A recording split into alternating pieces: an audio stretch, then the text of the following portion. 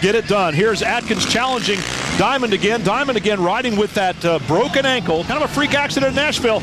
Atkins not giving him any advantage. No. Comes in on the bad ankle and leaves him behind. Well, David Boffloof goes down, so that helps the riders, at least if they're going for the victory. Boffloof, one of your front runners, goes down, so Troy Herfoss takes over the lead on that Pacifico GP Husqvarna. Herfoss, we've seen him. He's fast before. We saw him in Nashville. He was up in front every single race. But David Boffloof, our early leader, watch what happens to him a little bit later. We saw him go down once. Look at this. Just tucks the front end. Look at how loose the dirt is up there at the top, almost like an avalanche. And he was not expecting that. One more look at it. Tucks the front wheel and face augers. It almost looks like sand. It was so deep. But things were still to get changed up. Here's Troy Herfoss, who inherited the lead, but he waves off the track, giving it over to Daryl Atkins, who became the new leader. And remember, he is one of the two principals in that championship. The other one's right behind him, Mickey Diamond. And they're both trying to beat each other, forget what place. But when you're talking about a win, it'll be the first win for Daryl Atkins. And there goes Diamond, takes out that inside line. Atkins tried riding wide. He did that. Diamond went for the inside, unfortunately made contact. Atkins goes down. Look at this. Oh, there was a lot of room there, and Mickey really didn't give Daryl too much of it on that outside. Look at this one more time, Brian. That's championship racing, though, when it's all at stake. You heard him say they're going to give it their all. Mickey squared it up, went to the inside, and to give credit to Mickey, Daryl's bike kind of hopped. When he went inside, it pushed him even farther outside. Mickey was set up for the inside. The only other option he had was to get on the brakes, and if you know Mickey, that wasn't an option. So Daryl Atkins able to push his bike across the line after a small miscue cost him not only the race win, but the championship. Diamond earns the title. 2005 AMA Supermoto Unlimited Champion Daryl Atkins will finish runner-up to this man, Mickey Diamond. And you feel bad for Daryl Atkins. Finished third in the race. A great push across the finish line for him. But that second in the championship, very disheartening, especially after such a consistent season. Mickey Diamond, that was a race. I mean, everything was on the line. The first place, the championship, I mean, it went down literally to the wire on a broken leg to boot. What a race. I saw the guys that dropped out up front, and that put Daryl and I first and second. And I had passed Daryl once earlier, and he nailed me. He got me right back. And so I just decided I'd sit and try to wait. And then when I saw the last lap, because there's a few places where I knew I could pass him, and the first one went by and I didn't get him, and then I had him set up in another turn and he blocked up there, and then it left him vulnerable at the end. And I'm sorry that we had a collision and he went down.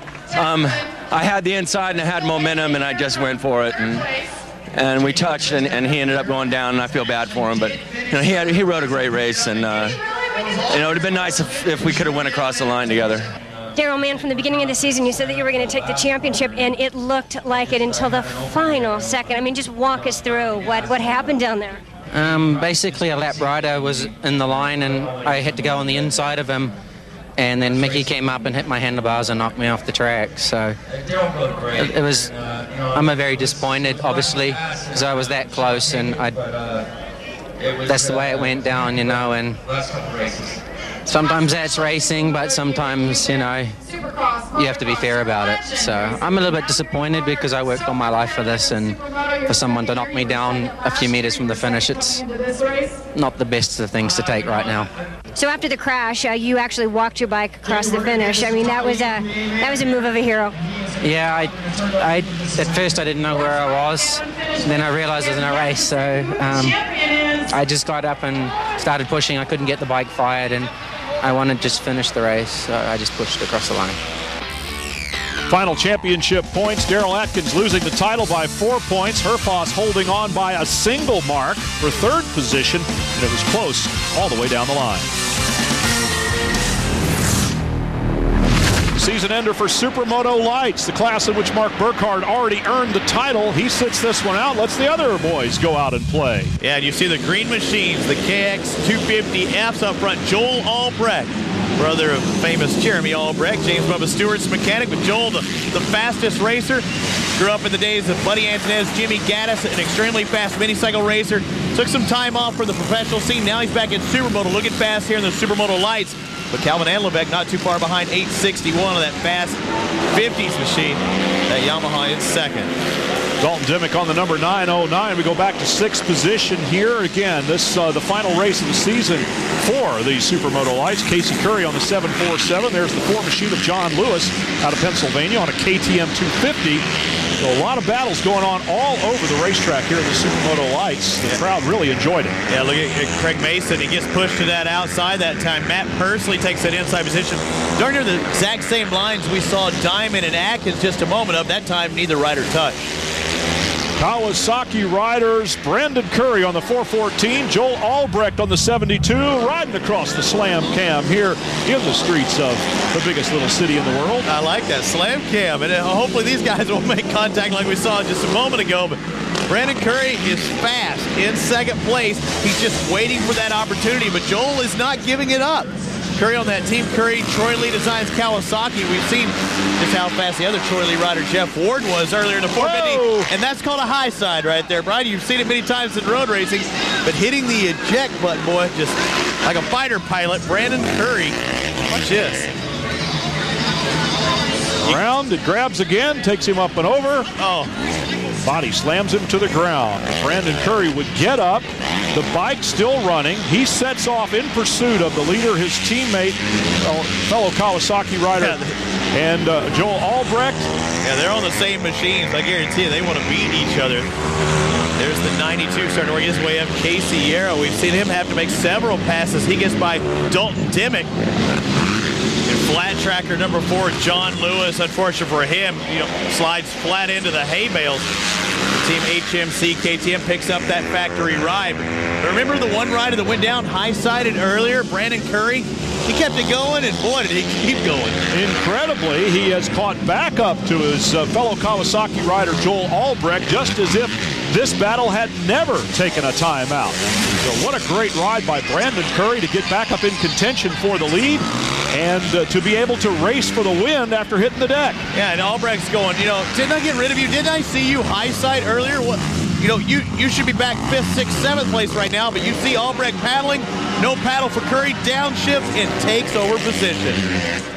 Brandon Curry with an amazing ride and looked like he had a clear run to the finish as he's got a handy lead over Albrecht. A couple of turns to go under the tunnel, but a lapped rider in front of him could have turned victory into defeat. Nevertheless, Brandon Curry able to bring it home, take the win in the AMA Supermoto Lights season finale here at Reno. Yeah, he was stoked with that win. Mark Burkhart wasn't in it, but hey, doesn't make any difference. He won it outright ahead of Joel Albrecht and Casey Yarrow, but congratulations to Brandon Curry. Troy Lee, one of Curry's sponsors down there in 9th. Let's hear from the winner. Brandon Curry, an amazing race. You have been chasing down Burkhart all year, duking it out with Albrecht. You fall, and here you are in first position. Tell us what that was like. Well, I got a 3rd place start, passing a second. I was just cruising, trying to pace myself because I didn't want to pass him too early. I get nervous when I'm out front. And so I paced myself, and I ended up high siding coming into the dirt. And I hurt my wrist a little bit, but I was just determined. And I got up, and I raced, and I've been wanting this all year, and it's awesome.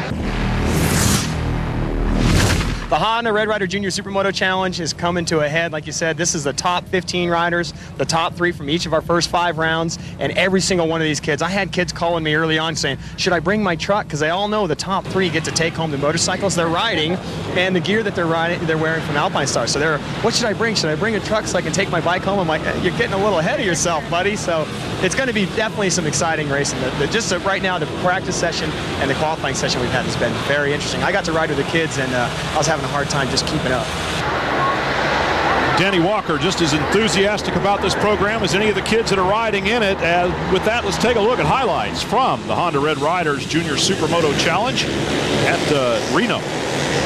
Number 4, Brandon Dooley gets the start. Now, again, these are identically prepared CRF 150s. They're all winners, all top 3 finishers from our rounds.